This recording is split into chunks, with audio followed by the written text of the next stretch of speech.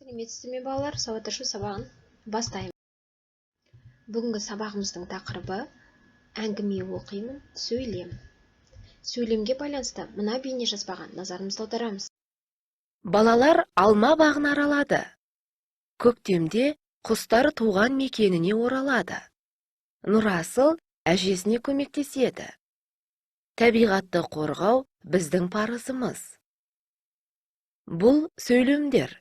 Сөйлемдердің мағынасы әртүрлі. Олар мағына жағынан бір-бірімен байланысты.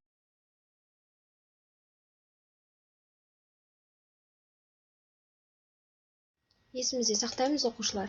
Сөйлем дегеніміз біршама аяқталған ойды білдіретін сөздер, я болмаса сөздердің тобын айтамыз.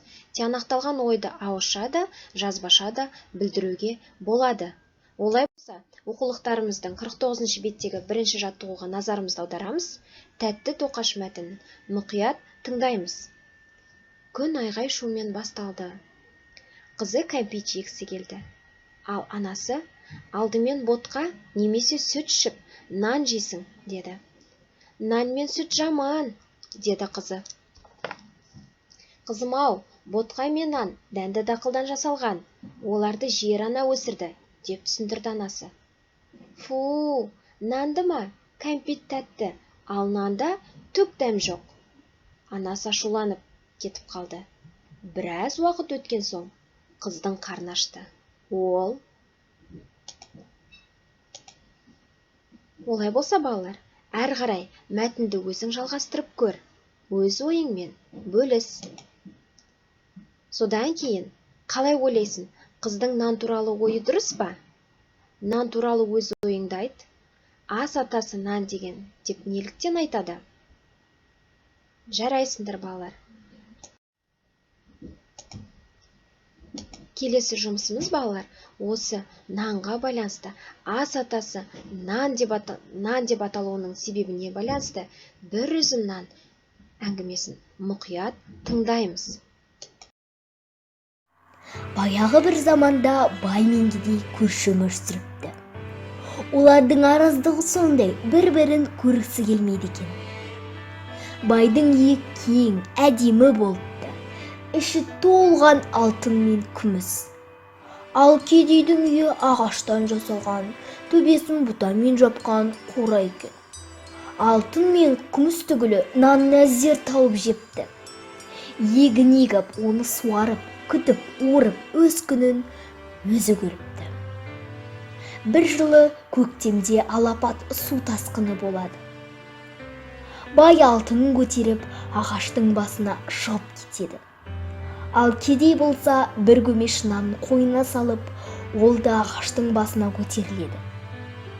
Су тасқыны 15 күнге созылады. Бір күні қарны ашқан бай кедейге: «Әй, кедей, сен мына бір кесек алтынды ал да, маған бір үзім нан бер», дейді. «Жоқ, алтының өзіңе нан бере алмаймын», деп жауап береді кедей. Екінші күні бай кедейден тағы да нан сұрайды. «Алтынымның жартысын берейін», дейді ол бұл жолы. «Жоқ, бере алмаймын», деп бұл жолы да кедей келіспейді. Ақыры аштан өліп бара жатқан соң шыдамай бай бір үзім нанға барлық алтын айырбастайтынын айтады. Кедей бәрібір көнбейді. Бойынан күші кеткен бай басы айналып суға құлап кетеді. Ал келесі күні су тоқтап, кедей ағаштың басынан түседі. Халықтың алтын күміс тас екен, арпа бидай ас екен дейтіні осыған орай айтылған екен.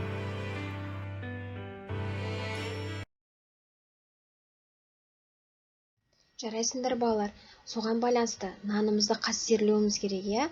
Ас атасы нан, осыны есімізде сақтаймыз балалар. Келесі жұмысымыз дәптермен жұмыс. Екінші жаттығу бойынша сөйлемдерді қатесіз көшіріп жазамыз. Содан кейін әр сөйлемде неше сөз бар екенін айтамыз. Сөйлемдегі сөздердің байланысын сұрақ қою арқылы тауып көресіңдер. Содан кейін тапқан кісі аттарын әліпби ретімен дәптерге жазамыз.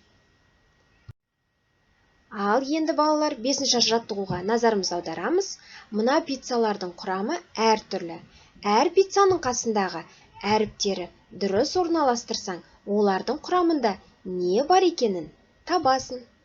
Ал мұқият ойланып орындаймыз. Ал балалар, сабағымыздың соңын кері байланыс арқылы аяқтаймыз. Бағдаршам әдісі арқылы қызыл түспен түсінбедім, сары түс толық түсінген жоқпын, жасыл түс түсіндім. Сау болыңдар.